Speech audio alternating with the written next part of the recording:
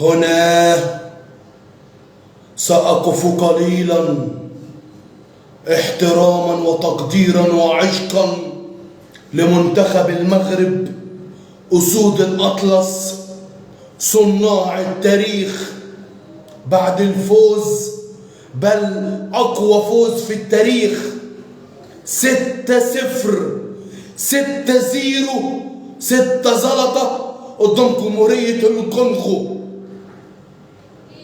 اضحك يا بقي، اضحك يا حنكي، اضحك يا خشمي.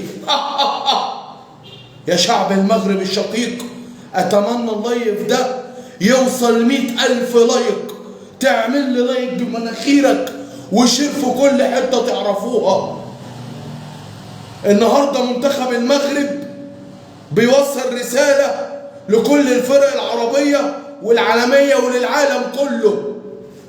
منتخب النهاردة المغرب بعد الإنجاز والرقم القياسي 6-0 6-0 6 زلطة، أول المجموعة ب9 نقاط، بيقول لكم إن منتخب المغرب مش رايح كأس العالم، مش بيفكر إن هو يبقى في كأس العالم، بيفكر دايما إزاي ياخد كأس العالم. اضحك يا بقي.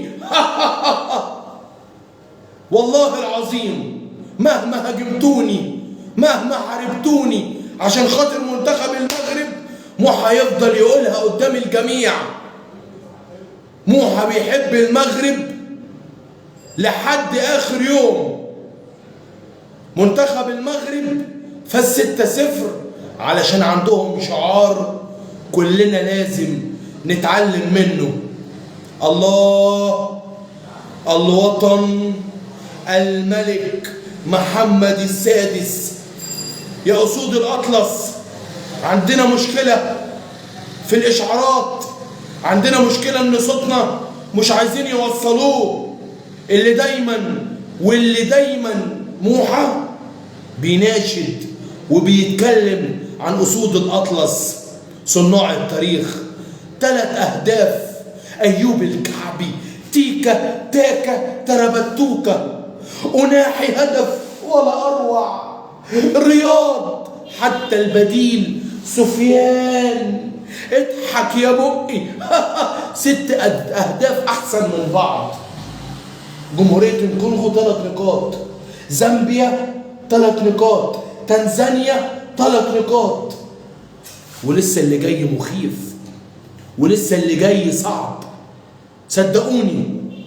صدقوني منتخب المغرب فخر كل العرب. منتخب المغرب مخلي كل العرب راسهم لفوق. ومهما هاجمتوني ومهما حاربتوني عشان خاطر أسود الأطلس وعشان خاطر كلمة الحق، هفضل مكمل. ورحمة أمي ربنا يرحمها. وأتمنى في الكومنتات يا ريت دعوة كويسة لأمي ربنا يرحمها، لأن انتوا عارفين إن اللي قدامكم ده يتيم ما يستحقش أي حاجة بيعملها عشان خاطر العرب. موحى اللي قال إن المغرب فخر العرب، وموحى قال إن المغرب هتاخد كأس العالم وكلكم ضحكتوا عليا. فاكرين المغرب لما وصلت نصف نهائي كأس العالم؟ افتكرتوني قلت الراجل ده عنده حق، وبقى كل بيتغنى وبيتكلم عن أسود الأطلس صناع التاريخ.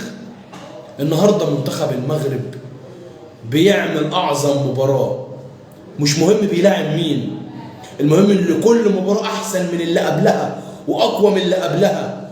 بيجهز يا باشا، عشان هو مش مركز في التصفيات ولا مركز إنه يروح كأس العالم، مركز إزاي ياخد كأس العالم. شفتوا المغرب تفوقت وبعدت عننا في فكرنا إزاي؟ هم رجال الدين، عندهم بنية رياضية. أتمنى من كل الناس المحترمة اللي هتشوف اللايف ده دلوقتي أو بعدين أو هتفهم الكلام دوت، أنا كل اللي طالبه إن الرسالة توصل لكل شعب المغرب الشقيق. صدقوني يا جماعة احنا في فترة صعبة جدا، وكلكم عارفين. كنت أول ما أقول بس منتخب المغرب من 50,000 كومنت و50,000 لايك و50,000 شير.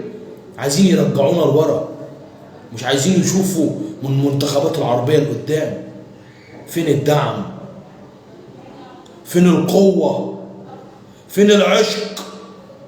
موحى مش شايفين، لأن أهل كل الشعب المغربي الشقيق يا كابتن وليد الركراكي سير سير، وإحنا في ظهرك وإحنا موجودين.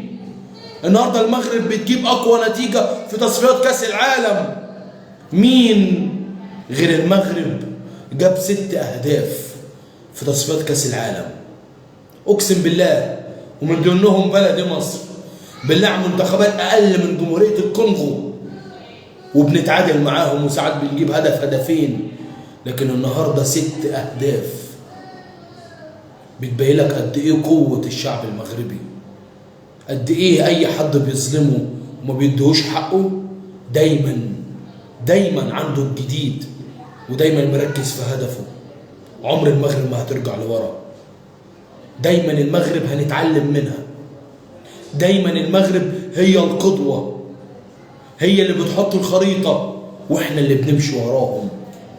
موحى هيفضل يدعم المغرب ويشيد بالمغرب كل يوم وكل دقيقة وكل وقت، لأن اللي بيعمله الشعب المغربي محدش بيعمله. وقولوا لي ووروني لو شفنا حد بيعمل زي اللي بيعمله الشعب المغربي. أنا فخور إن أنا في يوم من الأيام بدأت قصة المغرب والمنتخب المغرب، والحمد لله كله دلوقتي بيقلد موحى وبيتكلم زي موحى عن المغرب.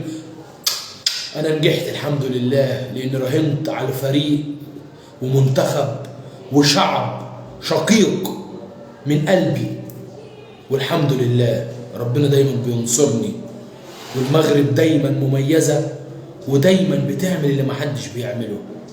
النهاردة فعلا شرفتوا العرب وشرفتوا كل حد بيتفرج عليكم. 6-0، 6 زلطة، 6 مفيش. اضحك يا بقي.